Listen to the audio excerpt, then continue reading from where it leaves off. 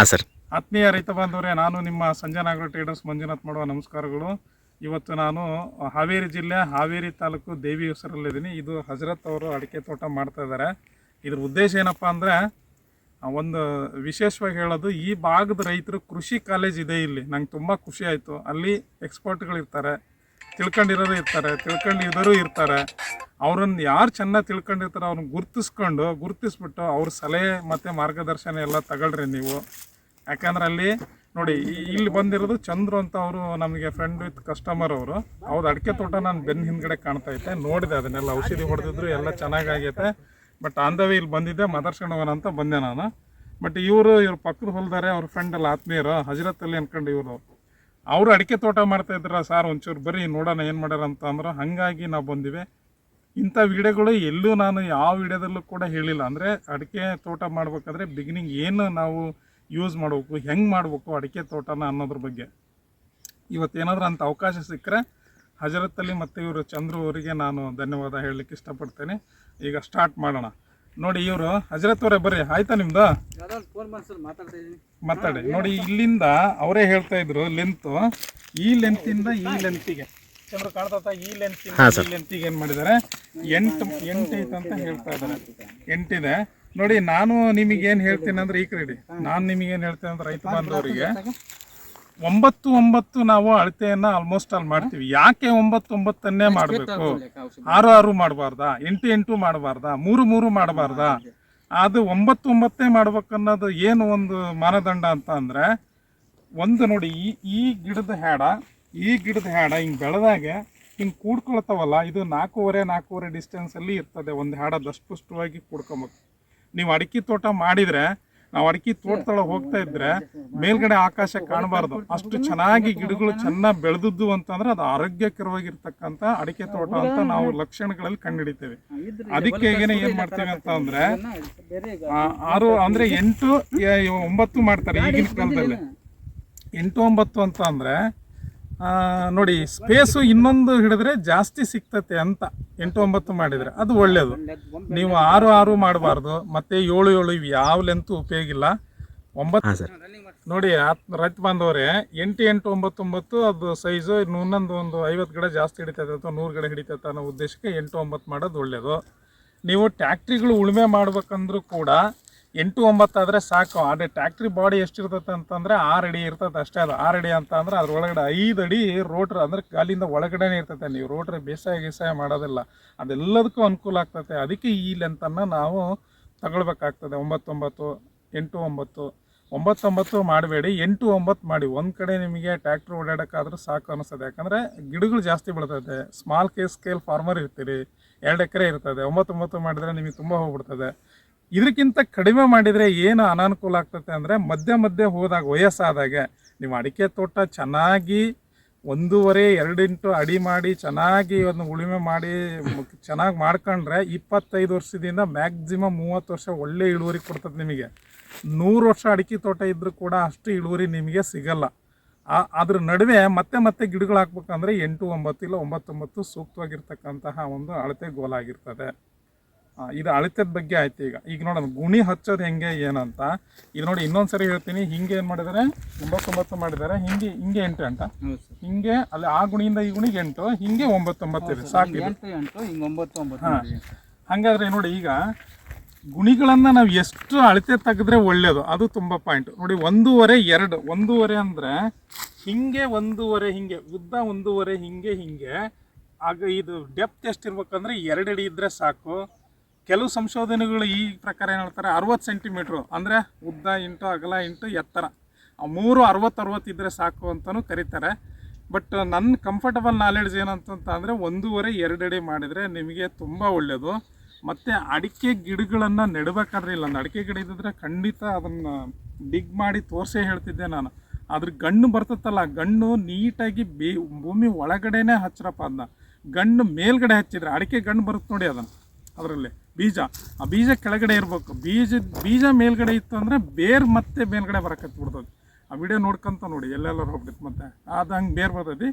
ಆ ಗುಡಿ ಅಡಿಕೆದನ್ನು ಕೆಳಗಡೆ ಡಿಗ್ ಮಾಡಿ ಹಚ್ಚಿ 1.5 ಇಂಟು 2 ಅಡಿ ತೆಗೆದ್ರೆ ಸಾಕು. ಇವ್ರೇನು ಮಾಡಿದ್ರೆ ಹಜರತ್ ಅವರು ಈಗ ದುಡ್ಡು ಉಳಿಸ್ಬೇಕಲ್ಲ, ಕಮರ್ಷಿಯಲ್ ಭಾರಿ ಇಂಪಾರ್ಟೆಂಟ್. ಏನು ಮಾಡಿದ್ದಾರೆ ಅಂತಂದರೆ JCP ತಗೊಂಡು ಮಾಡಿದ್ದಾರೆ, ತಪ್ಪೇನಿಲ್ಲ, ಆರಾಮ್ಸೆ ಮಾಡ್ಬೋದು. ಬಟ್ ಏನಾದರೂ ಲೆಂತ್ ಹೆಚ್ಚು ಕಡಿಮೆ ಆಗ್ತದೆ. ನೀವು ಹಚ್ಬೇಕಾದ್ರೆ ಮೊಬೈಲ್ ಮೀಟ್ ಮಾಡಿ ಹಚ್ಬೇಕಾದ್ರೆ ಈ ಲೆಂತ್ ಇದೆಯಲ್ಲ ಕರೆಕ್ಟಾಗಿ, ಈ ನೀವು ಹೆಂಗೆ ಬೇಕಾದಂಗೆ ಹಚ್ಚಿದ್ರೆ ಕ್ರಾಸ್ ಆಗ್ತದೆ. ನೀವು ಅಳತೆ ಒಂದು ಟೇಪ್ ಕಟ್ಕೊಂಡು ಟೈಮಿಗೆ ಲೈನ್ ಎಲ್ಲ ಹೊಡ್ಕೊಂಡು ಮತ್ತೆ ಇದನ್ನೆಲ್ಲ ತೆಗೆದೇ ಹಚ್ಚಬೇಕು, ಆವಾಗ ಕರೆಕ್ಟ್ ಇರೋದಿಲ್ಲ, ಅದು ತಪ್ಪಾಗ್ತದೆ. ಇಲ್ಲಿ ನೋಡಿ, ಇಲ್ಲೀಗ ಹಚ್ಬೇಕಾದ್ರೆ ನಾನೇನು ಹೇಳ್ತೀನಿ, ಇದೇನು ನಮ್ಮ ಕೊಟ್ಟಿಗೆ ಗೊಬ್ಬರ ಅಂತ ನಾವು ಕರಿತೀವಲ್ಲ, ಅದ್ರದ್ದು ಇದು ಒಳ್ಳೇದೇ. ಬಟ್ ಇದಕ್ಕೆ ನೀವು ಇದಿಷ್ಟೇ ಹಾಕಬಾರ್ದು. ನಾನು ಕೇಳಿದರೆ ಟ್ರೈಕೋಡರ್ಮಾ ಸುಡೋಮೋನಾಸು ಮತ್ತು ಅದಕ್ಕೆ ವ್ಯಾಮು ಮತ್ತು ಅದಕ್ಕೆ ಇದ್ರ ಏನೋ ಗೊಬ್ಬರದ ಹುಳುಗಳು ಭಾಳ ಇರ್ತವೆ. ಮೆಟರೈಸಮ್ ತಗೊಳ್ಳಿ, ಅದು ಪರೋಪಕಾರಿ ಜೀವಾಣು. ಆ ಜೀವಿ ಏನು ಮಾಡ್ತೈತೆ, ಇದರೊಳಗೆ ಏನೋ ಗೊಬ್ಬರದ ಹುಳುಗಡ, ನಾವು ವೈಟ್ ಕ್ರಾಪ್ಸ್ ಅಂತ ಏನು ಕರಿತೀವಿ, ಅದ್ರ ಒಳಗಡೆ ಹೋಗಿ ಸೇರ್ಕೊಂಡು ಅದನ್ನು ಸಾಯಿಸ್ತೈತೆ. ಅವ ನಿಮಗೇನಾಗ್ತೈತೆ, ಇದರಲ್ಲಿ ಇರ್ತಕ್ಕಂಥ ಗೊಬ್ಬರದ ಹುಳ ಅಂತ ಕರಿತೀವಲ್ಲ, ಅದು ಸಾಯ್ತದೆ. ಗೊಬ್ಬರದ ಹುಳ ಭಾರಿ ಡೇಂಜರು. ಯಾಕೆ ಅಂತ ಅಂದರೆ ಅದು 1ನೇ ಹಂತ 2ನೇ ಹಂತದಲ್ಲಿ ಏನು ಅಷ್ಟು ಪರಿಣಾಮ ಬೀರಲ್ಲ. 3ನೇ ಹಂತದಲ್ಲಿ ಬೇರೆಲ್ಲ ತಿನ್ನಕ್ಕಾಗ್ತದೆ. ಗಿಡಗಳು ಬೇರೆ ಬೆಳೆಯಲ್ಲ ಅಂದರೆ ಅದು ಬೆಳವಣಿಗೆ ಆಗಲ್ಲ. ಇವತ್ತಿನ ಆಲ್ಮೋಸ್ಟ್ ಅಲ್ಲಿ ಅಡಿಕೆ ತೋಟಗಳು ಗಿಡಮುಂಡಿ ರೋಗ ಬರೋದಕ್ಕೆ ಕಾರಣ ಏನಂದರೆ ಬೇರುಳ, ವೈಟ್ ಕ್ರಾಪ್ಸ್. ಅದ್ರ ಲೈಫ್ ಸೈಕಲ್ಲು ಅದು ಹೆಂಗೆ ಅನ್ನೋದು ಒಂದು ವಿಡಿಯೋ ಮಾಡಿ ಹಾಕಿದ್ದೀನಿ. ಆ ಕ್ಲಿಪ್ಪನ್ನು ನೋಡಿ ನಿಮಗೆ ಅದ್ರ ಲೈಫ್ ಸೈಕಲ್ ಸಿಗ್ತದಂತೆ, ಹೆಂಗೆ ಹತೋಟಿ ಮಾಡ್ಬೋದು ವೈಟ್ ಕ್ರಾಪ್ಸಿಂದ ಏನು ಅನ್ನೋದು. ಇಲ್ಲಿ ಮೂಲ ಏನಪ್ಪ ಅಂದ್ರೆ ಗಿಡಗಳು ಹೆಂಗೆ ಮಾಡ್ಬೇಕು ಅನ್ನೋದು ಅಷ್ಟೇ ನಾನು ಹೇಳ್ತಾ ಇರೋದು. ನೋಡಿ ಹಿಂಗೆ ಇದರಲ್ಲಿ ಏನು 1.5-2 ಅಡಿ ಗುಂಡಿ ತೆಗೆದುಬಿಟ್ಟು ಅದಕ್ಕೆ ನೀವು ಹಟ್ಟಿ ಗೊಬ್ಬರ ಅಥವಾ ಇಂಥ ಏನು ಗೊಬ್ಬರ ಬರ್ತದಲ್ಲ, ಟ್ರೈಕೋಡರ್ಮಾ ಸುಡೋಮೋನಾಸ್ ತೊಗೊಬೇಕು. ಎಷ್ಟು ತಗೊಳ್ಬೇಕು ಅದು ಭಾರಿ ಇಂಪಾರ್ಟೆಂಟು. 1 kg ಇಂದ 2 kg ವರೆಗೂ ಎಕರೆಕ್ಕೆ ನೀವು ಟ್ರೈಕೋಡರ್ಮಾ ಸುಡೋಮೋನಾಸ್ ತಗೋಬೋದು. ವ್ಯಾಮ್ ಹಾಕಿ ಒಳ್ಳೇದು, ಬೇರುಗಳು ಚೆನ್ನಾಗಿ ಬೆಳೀತದೆ. ಮತ್ತು ಅದಕ್ಕೆ ಮೆಟ್ರೈಸಮ್ ಅನ್ನೋದು ಅದು ಬೇಕಾದ್ರೆ ಸಿಕ್ಕರೆ ಅದನ್ನು ಹಾಕಿರಿ. ಆದರೆ ಇದನ್ನು ಮಿಕ್ಸ್ ಮಾಡ್ತಿರಲ್ಲ ರೈತ ಬಾಂಧವರು, ಭಾರಿ ಇಂಪಾರ್ಟೆಂಟ್ ನಾನು ಹೇಳೋದು. ಇದನ್ನು ಟ್ರೈಕೋಡರ್ಮಾ ಸುಡೋಮೋನಾಸ್ ಮಿಕ್ಸ್ ಮಾಡ್ತಿರಲ್ಲ, ಈ ಗೊಬ್ಬರನೂ ಹಸಿ ಇರಬೇಕು, ಈ ಗುಣಿನೂ ಹಾಕೋದು ಹಸಿ ಇರಬೇಕು. ಇದೇನಾದರೂ ಹಸಿ ಇಲ್ದಂಗೆ ಒಣದು ಹಾಕಿದರೆ ಜೀವಾಣು ಅಷ್ಟು ಉತ್ಪಾದನೆ ಆಗಲ್ಲ. ಇಲ್ಲೂ ಕೂಡ ಹಸಿ ಇಲ್ಲ ಅಂದರೆ ಅಲ್ಲೂ ಉತ್ಪಾದನೆ ಆಗಲ್ಲ. ಅದು ಭಾರಿ ಇಂಪಾರ್ಟೆಂಟ್ ನಿಮಗೆ. ಆಮೇಲೆ ಹಸಿ ಅಂಶ ಇರಲ್ಲಿವರೆಗೂ ಅದನ್ನೇನು ಮಾಡ್ಬೇಕು ಅಂದರೆ ನಾವು ನೋಡ್ಕೋಬೇಕು. ಹಸಿ ಅಂಶ ಒಂದು 15-20 ದಿನದವರೆಗೂ ಏನಾಗ್ತೈತೆ ಅಂತ ಅಂದರೆ ನೀವು ಆ ತೇವಾಂಶ ಇರಂಗೆ ನೋಡ್ಕೊಬೇಕು. ಅದ್ರ ನಡುವೆ 15-20 ನಡುವೆ ಯಾವುದೇ ರಾಸಾಯನಿಕ ಗೊಬ್ಬರಗಳನ್ನು ಹಾಕಬಾರ್ದು. ರಾಸಾಯನಿಕ ಗೊಬ್ಬರ ಹಾಕಿದರೆ ಏನಾಗ್ತೈತೆ, ಕೆಟ್ಟ ಎಲ್ಲ ಸತ್ತೋಗ್ಬಿಡ್ತವೆ, ಜೀವನ ಡಿಆಕ್ಟಿವೇಟ್ ಆಗ್ತವೆ, ಆಕ್ಟಿವೇಶನೇ ಇರಲ್ಲ. ಅವು ಇದ್ರೂ ಸತ್ತಂತೆ ರೀತಿ ಆಗ್ಬಿಡ್ತವೆ, ಕೆಲಸನೇ ಮಾಡಲ್ಲ.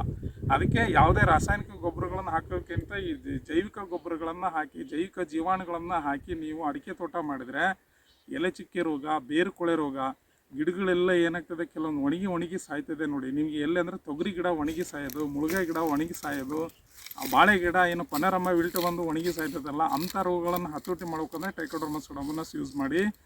ಕ್ವಾಲಿಟಿ ಇರೋದು ತಗೊಂಡು ಮಾಡ್ರಪ್ಪ. ಮಾರ್ಕೆಟಲ್ಲಿ ಭಾಳ ಮೋಸ ಐತೆ ನನಗೆ ಗೊತ್ತಿದ್ದಂಗೆ. ಇದು ಪ್ಯಾಕೆಟ್ ಮೇಲೆ 70% ಅಂತ ಹೇಳಿರ್ತಾನೆ, ಇನ್ಗ್ರೀಡಿಯೆಂಟ್ಸ್ ಏನೇನೋ ಬಳಸಿರ್ತಾನೆ, ಅದು ನಮಗೆ ಗೊತ್ತಾಗಲ್ಲ. ಬಳಕೆ ಮಾಡಿದ್ರಿಗೆ ಆ ಪ್ರಾಡಕ್ಟ್ ವ್ಯಾಲ್ಯೂ ಮಾತ್ರ ಗೊತ್ತಿರ್ತೈತೆ. ಅಲ್ಲಿ ಮೋಸ ಹೋಗಬೇಡಿ, ಒಳ್ಳೆ ಜೆನ್ಯೂನಿರೋ ಪ್ರಾಡಕ್ಟನ್ನು ತಗೊಂಡು ಮಾಡಿ. ನಿಮಗೆ ಏನಾಗ್ತದೆ ಅಂತಂದರೆ ಇದು ಅಡಿಕೆ ಗಿಡದ್ದು ಸ್ಪೇಸಿಂಗ್ ಆಗಲಿ ಮತ್ತು ಇದೆಲ್ಲ ಸಿಗ್ತದೆ. ಎಷ್ಟು ವರ್ಷದ ಸಸಿ ತೊಗೊಂಡು ಮಾಡೋದು ತುಂಬ ಒಳ್ಳೆಯದು, ಅದು ಭಾರಿ ಇಂಪಾರ್ಟೆಂಟ್. ನೋಡಿ ನಿಮಗೆ 1 ವರ್ಷದ ಅಡಿಕೆ ಸಸಿಗಳನ್ನು ತೆಗೆದುಕೊಂಡ್ರೆ ಭಾರಿ ಇಂಪಾರ್ಟೆಂಟ್, ತುಂಬ ಇಂಪಾರ್ಟೆಂಟ್ ಆಗ್ತದೆ. ಕೆಲವೊಬ್ರು ಏನು ಮಾಡ್ತಾರೆ, ಇವರು 2 ವರ್ಷದ ಅಡಿಕೆ ಗಿಡಗಳು ತೊಗೊಂಡಿದ್ದಾರೆ, ಮಾಡ್ಬೋದು, ತೊಂದರೆ ಏನಿಲ್ಲ. 1 ವರ್ಷದ ತಗೊಂಡ್ರೆ ನಿಮಗೆ ಎಕನಾಮಿಕಲಿ ದುಡ್ಡು ಉಳಿತದೆ. 2 ವರ್ಷದ್ದಾದರೆ ರೇಟು ನೋಡಿ 120 ರೂಪೀಸ್, 120 ರೂಪಾಯಿ ಒಂದು ಗಿಡ ತೊಗೊಂಡಾರೆ. ಬಟ್ ನಮ್ಮ ಭಾಗದಲ್ಲಿ ನಾನು ಗೊತ್ತಿದ್ದಂಗೆ ಒಂದು 25 ರೂಪಾಯಿ 1 ವರ್ಷದ ಅಡಿಕೆ ಗಿಡ ಸಿಗ್ತವೆ ನಿಮಗೆ. ಅಲ್ಲಿ ಎಕನಾಮಿಕಲಿ ದುಡ್ಡು ಉಳಿತದೆ. ಬಟ್ ತಪ್ಪೇನಿಲ್ಲ, 2 ವರ್ಷದ್ದು ಹಾಕ್ಬೋದು, 1 ವರ್ಷದ್ದು ನೀವು ಹಾಕ್ಬೋದು. ಬಟ್ ನೀರು ನಿಲ್ಲಂಗೆ ನೋಡ್ಕೊಳ್ಬೇಕು. ಎಲ್ಲಿ ನೀರು ನಿಲ್ತೈತೋ ಜೋಗ ಆಗ್ತೈತೆ, ಅಡಿಕೆ ಗಿಡಗಳು ಹೇಳಲ್ಲ. ಆ ನೀರು ನಿಲ್ತೈತೆ ಅಂದರೆ ಮಣ್ಣು ಪರೀಕ್ಷೆ ಮಾಡಿಸಿ, ಮಣ್ಣು ಪರೀಕ್ಷೆ ಅನುಗುಣವಾಗಿ ಫುಡ್ ಫೀಡ್ ಮಾಡಿ. ಇಲ್ಲಾಂದರೆ ಎಕರೆಗೆ ಒಂದು 200 kg ಅಷ್ಟು ಸುಣ್ಣ ಹಾಕಿದರೆ ತುಂಬ ಒಳ್ಳೆಯದು. ನೋಡಿ ಇಷ್ಟು ನನಗೇನು, ನಾನು ಯಾವತ್ತೂ ಯಾವ ವಿಡಿಯೋದಲ್ಲೂ ರೆಡಿಯಾಗಿ ಬಂದು ಯಾವುದೂ ಮಾತಾಡಲ್ಲ. ನನಗೇನು ಆ ಪರ್ಟಿಕ್ಯುಲರ್ ಅವತ್ತು ಸ್ಪೇಸಲ್ಲಿ ಏನು ನನಗೆ ನಾಲೆಡ್ಜ್ ಬರುತ್ತೋ ಅದು ಅಷ್ಟೇ ಮಾತಾಡ್ತೀನಿ. ಮತ್ತೇನಾದರೂ ಚಂದ್ರ ಮಾತಾಡೋದೈತಾ? ಏನಿಲ್ರಿ, ಇವತ್ತು ನೀವು ನಮ್ಮ ಊರಿಗೆ ಬಂದಿದ್ದು ಭಾರಿ ಖುಷಿ ಆಯ್ತು ನಮ್ಗೆ. ಏನು ನಾವು ಅಡಿಕೆ ತೋಟದೊಳಗೆ ತುಂಬ ರೋಗ ಅದಾವು, ಇದಕ್ಕೆ ಏನು ಹೊಡಿಬೇಕು ಏನು ಅನ್ನೋದು ಗೊತ್ತಾಗ್ತಿರ್ಲಿಲ್ಲ. ನೀವು ಬಂದು ಹೇಳಿದ್ರಲ್ಲ, ಅದೊಂದು ನಮ್ಗೆ ತಲೆಯಿಂದ ನಾದ ತಪ್ತು. ಏನು ನಮ್ಮ ಅಡಿಕೆ ತೋಟದಾಗ ಯಾವ ರೋಗ ಇಲ್ಲ ಅನ್ನೋದು ತಲೆಯಿಂದ ನಾದ ತಪ್ತು. ಇದೊಂದು ಮತ್ತೆ ನೀವು ಏನು ಹೇಳಿದ್ರಿ, ಒಂದು ಸ್ವಲ್ಪ ರಾಸಾಯನಿಕ ಗೊಬ್ಬರ ಸ್ವಲ್ಪ ಮಾಡ್ಬೇಕು ಅನ್ನೋದು, ಯಾವ ಟೈಪ್ ಕೊಡ್ಬೇಕಂತಂದು ನೀವು ಸ್ವಲ್ಪ ನಮ್ಗೆ ಮಾಹಿತಿ ಕೊಟ್ಟಂದ್ರೆ. ನೋಡಿ ಅದನ್ನು ಹೇಳ್ತೀನಿ. ಒಂದು ಗಿಡ 3 ವರ್ಷದ ಮೇಲ್ಪಟ್ಟು ಗಿಡಗಳು ನಿಮ್ಮ ಹತ್ರ ಯಾವುದೇ ಆರ್ಗ್ಯಾನಿಕ್ ಕಂಪ್ನಿಯರ್ ಬರಲಿ, ಯಾರ ಬರಲಿ, ಏನು ಓದಿದ್ದಾರೆ, ಎಷ್ಟು ವರ್ಷ ಎಕ್ಸ್ಪೀರಿಯನ್ಸ್ ಐತೆ ಅನ್ನೋದು ಭಾರಿ ಇಂಪಾರ್ಟೆಂಟು. ನಾವು ಏನೇ ಹೇಳಿದ್ರು ಗೂಗಲಲ್ಲಿ ಸರ್ಚ್ ಮಾಡಿದರೆ ಡೀಟೇಲಾಗಿ ಬರಬೇಕು. ಅವು ಬಂತು ಅಂದ್ರೆ ಅವ್ನು ಸತ್ಯ ಹೇಳಕತ್ತೇನಂತ. ಗೂಗಲಲ್ಲಿ ಸರ್ಚ್ ಮಾಡಿದ್ರು ಬರಲಿಲ್ಲ ಅಂತ ಅಂದರೆ ಸುಳ್ಳು ಹೇಳ್ತಾ ಇದ್ದಾನಂತ ಅರ್ಥ. ಇವತ್ತು ಅಂಥ ಜೈಮಾನ ಇವತ್ತು ನಿಜವಲ್ಲ. ಒಂದು ಬಾಟ್ಲು ತಗೊಂಡು ಅದ್ರಾಗೆ ಆ ಸ್ಕ್ಯಾನರ್ ಹಾಕಿರ್ತಾರೆ, ಆ ಸ್ಕ್ಯಾನ್ ಮಾಡಿದರೆ ಡೀಟೇಲಾಗಿ ಬರ್ತದೆ ಗೂಗಲಲ್ಲಿ ಹೋಗಿ. ಅಂಥ ಜೈಮಾನ ಇರ್ತಕ್ಕಂಥ ದಿನಗಳು ಇವತ್ತೇನು ನಾವು ನೋಡ್ತಾ ಇದ್ದೀವಿ. ಸೊ ನೀವು ಆ ಗೊಬ್ಬರ ಅಂತ ಅಂದರೆ 3 ವರ್ಷದ ಮೇಲ್ಪಟ್ಟು ಗೊಬ್ಬರ ಗಿಡಗಳಿಗೆ 100 ಗ್ರಾಮ್ ಸಾರಜನಕ, 40 ಗ್ರಾಮ್ ರಂಜಕ, 140 ಗ್ರಾಮ್ ಪೊಟ್ಯಾಶ್ ಕೊಡಬೇಕು. ಇದು ಇಡೀ ಪ್ರಪಂಚದಲ್ಲಿ ಯಾವ ಯೂನಿವರ್ಸಿಟಿ ಎಲ್ಲಿ ತಗೊಂಡ್ರು ಕೂಡ ಇಷ್ಟೇ ರೆಕಮೆಂಡ್ ಮಾಡಿರ್ತಾರೆ. ಅದನ್ನ ಬಿಟ್ಟು NPK ಆಯ್ತು, ಈಗ CMS ಕೊಡಬೇಕಲ್ಲ, ಕ್ಯಾಲ್ಸಿಯಂ ಮೆಗ್ನೀಷಿಯಂ ಸಲ್ಫರ್, ಅದು pH value basement of the fertiliser ಅಂತ ಕರೀತಾರೆ. ನ್ಯೂಟ್ರಿಯೆಂಟ್ಸ್ ಅದು ಕೂಡ ಹೌದು, ಅದನ್ನ ಯಾರು ಹೇಳಲ್ಲ, ಅದು ಎಕ್ಸ್ಪರ್ಟ್ಗಳಿಂದ ಮಾತ್ರ ಹೇಳಕ್ಕೆ ಸಾಧ್ಯ. ಮತ್ತು ಇನ್ನೊಂದು ಜಿಂಕು, ಬೋರಾನ್, ಐರನ್, ಮ್ಯಾಂಗನೀಸ್ ಇರ್ತವೆ, ಅವು ಕೂಡ ಎಕ್ಸ್ಪರ್ಟಿಂದ ಹೇಳಕ್ಕೆ ಮಾತ್ರ ಸಾಧ್ಯ ಗಿಡಕ್ಕೆ ಎಷ್ಟೆಷ್ಟು ಬೇಕು ಏನು ಅನ್ನೋದು. ಸೊ ಇವೆಲ್ಲ ಮನಗಣ್ಬೇಕು. ಜೈವಿಕ ಗೊಬ್ಬರಗಳು ಇರ್ತವೆ, ಜೈವಿಕ ಗೊಬ್ಬರಗಳು ಹಾಕ್ತೀರಿ. ನಾನು ಇದ್ರ ಗೊಬ್ಬರಗಳ ಬಗ್ಗೆ ಒಂದು ವಿಡಿಯೋ ಮಾಡಿ ಹಾಕಿದ್ದೀನಿ, ಆ ವಿಡಿಯೋ ನೋಡಿ ನಿಮಗೆ ಅರ್ಥ ಆಗ್ತದೆ. ಈ ಗ್ರೋತ್ ಪ್ರಮೋಟರ್ಗಳು, ಹ್ಯೂಮಿಕ್ ಆಸಿಡ್, ಫಲ್ವಿಕ್ ಆಸಿಡ್ ಅವು ಗೊಬ್ಬರನೇ. ಬಟ್ ರೈತರು ಏನು ಮಾಡ್ತಾರೆ, ಆರ್ಗ್ಯಾನಿಕ್ ಕಂಪ್ನಿಯವ್ರು ಜಾಸ್ತಿ ಏನು ಮಾಡ್ತಾರೆ, ಬರೀ ಹ್ಯೂಮಿಕ್ ಆಸಿಡ್, ಫಲ್ವಿಕ್ ಆಸಿಡ್ ಇವನ್ನೇ ಕೊಡ್ತಾರೆ. ಆ ಗಿಡ ಏನೋ ಅಷ್ಟು ಬೆಳಿತಾವೆ, ಈಲ್ಡ್ ಬರೋದೇ ಇಲ್ಲ. ನಿಮಗೆ ಆ ಮೆಚುರಿಟಿ ಬರ್ಬೇಕಂದ್ರೆ ಮಹಾಪೋಷಕಾಂಶಗಳು, ಲಘು ಪೋಷಕಾಂಶಗಳು ಅವು ವ್ಯವಸ್ಥಿತವಾಗಿ ಸಮತೋಲನದಲ್ಲಿದ್ದರೆ ಮಾತ್ರ ನಿಮಗೆ ಇಳುವರಿ ಬರ್ತದೆ, ಗಿಡಗಳು ಚೆನ್ನಾಗಿ ಬೆಳಿತವೆ. ಇಷ್ಟು ಹಾಕ್ಬೇಕು ನೀವು. ನಾನು ಹೇಳ್ತೀನಿ ನಿಮಗೆ, ಇಲ್ಲೇ ಗೊಬ್ಬರ ತಗೊಂಡು ಹಾಕಂತ್ರೆ ಹೌದ್ರಾ, ಒಂದು ಗಿಡಕ್ಕೆ ಎಷ್ಟು ಗಿಡಗಳಿದ್ದಾವೆ, ಎಷ್ಟು ಗ್ರಾಮ್ ಯಾವ ಗೊಬ್ಬರ ತಗೊಂಡು ಹಾಕ್ಬೇಕು ಅನ್ನೋದು ಭಾರಿ ಇಂಪಾರ್ಟೆಂಟು. ಮಾಮೂಲಿ ನಮ್ಮ ಏನು ಮಾಡ್ತಾರೆ ಅಂದರೆ 15 ಸುಪರ್ಲಾ ಅಂತ ಒಂದು ಬ್ರ್ಯಾಂಡ್ ನೇಮ್ ಅದು, ಅದನ್ನು ತಗೊಂಡು ಹಾಕ್ಬಿಡ್ತಾರೆ. ಒಟ್ಟು ಏನಾಗಿದೆ ನಮ್ಮ ತಲೆಯಾಗಿರ್ತದೆ. ಯಾಕೆ ಅದು ರಿಸಲ್ಟ್ ಬರುತ್ತೆ ಅಂದರೆ 3 ಪ್ರಮಾಣದಾಗ ಇರ್ತದೆ, ಸಾರಜನಕ, ರಂಜಕ. ಆ ಗಿಡಗಳಿಗೆ ಅದು ಸಾಕಾಗಲ್ಲ. ನಿಮ್ಮ ಅಡಿಕೆ ಗಿಡ ತುದಿಗಿರಿ ಎಲ್ಲ ಸುಡ್ತದೆ ನೋಡಿ ಹಿಂಗೆ, ಹೌದಾ. ಪೊಟ್ಯಾಶ್ ಭಾಳ ಕೊರತೆ ಆಗಿರ್ತದೆ ನೋಡಿ. 140 140% ಪೊಟ್ಯಾಶ್ ಕೊಡೋ ಪೊಟ್ಯಾಶ್ ಜನ ಕೊಡೋದಿಲ್ಲ. ಅದಕ್ಕೆ ಎಲೆ ಗರಿ ಸುಡ್ತಿರ್ತವೆ. ಅವನ್ನೆಲ್ಲ ಮನದಂಡಿಡ್ಬೋದು. ನಾನು ಹೇಳ್ತೀನಿ ನಿಮ್ಗೆ ಎಷ್ಟು ಗ್ರಾಮ್ ಹಾಕ್ಬೇಕು ಒಂದು ಗಿಡಕ್ಕೆ ಅಂತ ಬೈಫರೇಷನ್ ಮಾಡಿ ಹೇಳ್ತೀನಿ. ಅಷ್ಟು ಹಾಕಿದರೆ ಸರಿ ಆಗ್ತದೆ. ಮಾತಾಡಿ ಗೊಬ್ಬರದ ಬಗ್ಗೆ ಹೇಳ್ದಲ್ಲ. ಈ ಗೊಬ್ಬರ ಅಂತಂದರೆ ನಾವು ತಿಪ್ಪೆ ಗೊಬ್ಬರ ಒನ್ ಟೈಮು ಮಳೆಗಾಲ ಬರುವಾಗ ಒನ್ ಟೈಮ್ ಕೊಡ್ತೇವೆ ರೀ ತಿಪ್ಪೆ ಗೊಬ್ಬರ ಒಂದು ಬುಟ್ಟಿ. ಇವಾಗ ಇವು ಮಳೆ ಜಾಸ್ತಿ ಆಗೋದ್ರಿಂದ ಒಂದು ವರ್ಷಕ್ಕೆ 2 ಸಾರಿ ಕೊಡ್ಬೇಕಂತ ನಮ್ಗೆ ಅನಿಸ್ತೈತೆ ರೀ. ಅದಕ್ಕೆ ನಿಮ್ಮ ಅನಿಸಿಕೆ ಏನು ರೀ?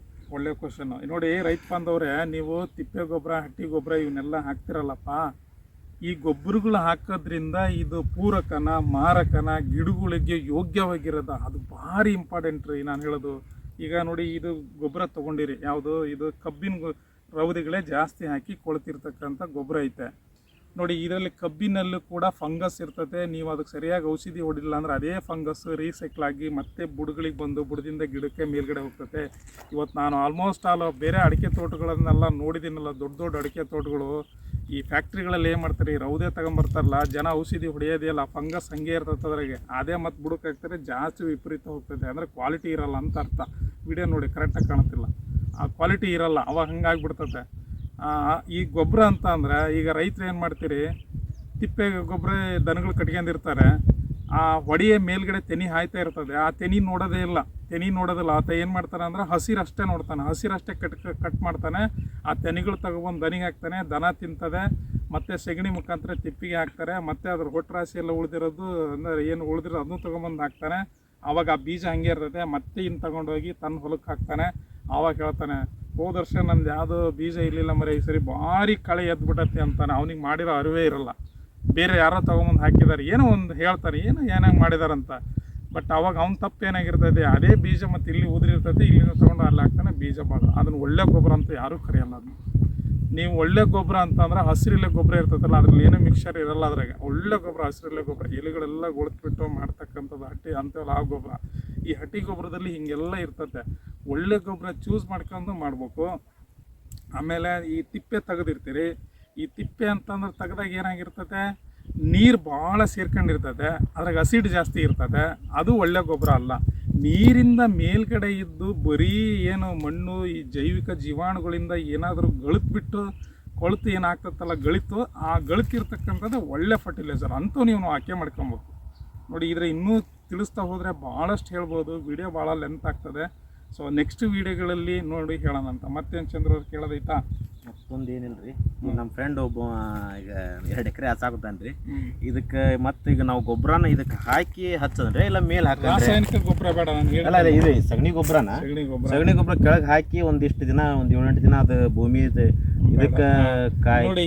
ಈಗ ಹಿಡೀರಿ ನೋಡಿ, ಟ್ರೈಕೋಡರ್ಮಾ ಸೂಡೋಮೋನಾಸ್ ನೀವು ಯೂಸ್ ಮಾಡ್ತಿರಲ್ಲಪ್ಪ, 1 kg 2 kg ಎಷ್ಟರ ಹಾಕಿ ತೊಂದರೆ ಅಲ್ಲ, ಈ ರಾಶಿಗೆ ಮಿಕ್ಸ್ ಮಾಡಿ ಇದನ್ನು ತೇವಾಂಶ ಇರಂಗೆ, ಅಲ್ಲಿ ತೇವಾಂಶ ಐತಲ್ಲ, ಇಲ್ಲಿ ಕಾಣುತ್ತಲ್ಲ ಹಿಂಗೆ ನೋಡಿ, ಮೇಲಿನ ಬೇಕಾದ್ರೆ ಒಣಗಲಿ, ಈ ತೇವಾಂಶ ಐತಿ ಇದೀಗ, ಹಿಂಗೆ ಹಸಿ ಇರಂಗೆ ನೋಡ್ಕೊಂಡು ಒಂದು 8 ದಿನ ಬಿಟ್ಟರೆ ಆ ಜೀವಾಣು ಏನಾಗ್ತದೆ, ಮಲ್ಟಿಪಲ್ ಆಗ್ತದೆ, ಭಾಳಷ್ಟು ಜೀವಾಣುಗಳಾಗ್ತದೆ. ಆವಾಗ ಅದನ್ನು ಒಂದು 8 ದಿನ ಬಿಟ್ಟು ಅದಕ್ಕೆ ತಗೊಂಡು ಹಾಕಬೇಕು, ಅದು ನೆಲ ಹಸಿ ಇರಬೇಕು. ಅವ ನಿಮಗೆ ಒಂದಿದ್ದು ಲಕ್ಷಾಂತರ ಜೀವಾಣು ಆಗಿ ನಿಮಗೆ ಅದು ತುಂಬ ಉಪಕಾರಿಯಾಗಿರ್ತದೆ. ಅದನ್ನು ಹಾಕೋ ಉದ್ದೇಶ ಏನಪ್ಪ ಅಂದರೆ, ಹೇಳಿದೆ ಇನ್ನೊಂದ್ಸರಿ ರಿಪೀಟ್ ಮಾಡ್ತೀನಿ, ಬೇರು ಕೊಳೆ ರೋಗ ಬರಲ್ಲ, ಸಸ್ಯ ಕೊಳೆ ರೋಗ ಬರಲ್ಲ. ಮೇನ್ ಬೇಕಾಗಿದ್ದೆ ಅದು. ಕೆಲವೊಂದು ಹೊರಲೆ ಹೊಡೆದು ಸಾಯ್ತೈತೆ ಅಂತೀರ, ಅದು ತಪ್ಪದು. ಇದೇ ಬೇರೆ ಬೇರೆ ಶಿಲೀಂಧ್ರ ಬ್ಯಾಕ್ಟೀರಿಯಿಂದ ಬರ್ತಕ್ಕಂಥ ರೋಗಗಳನ್ನು ಹತೋಟಿ ಮಾಡ್ತದೆ. ಅದಕ್ಕೆ ಹಂಗೆ ಮಾಡಾಕೋದು ಒಳ್ಳೇದು. ನೋಡಿ, ಇಷ್ಟು ನೆಕ್ಸ್ಟ್ ವಿಡಿಯೋದಲ್ಲಿ ಮತ್ತೆ ಏನು ಬೇಕು ಕೇಳಿ ಹೇಳೋಣ. ಸೊ ಧನ್ಯವಾದಗಳೊಂದಿಗೆ ನಿಮ್ಮ ಸಂಜನಾ ಟ್ರೇಡರ್ಸ್. ಧನ್ಯವಾದ.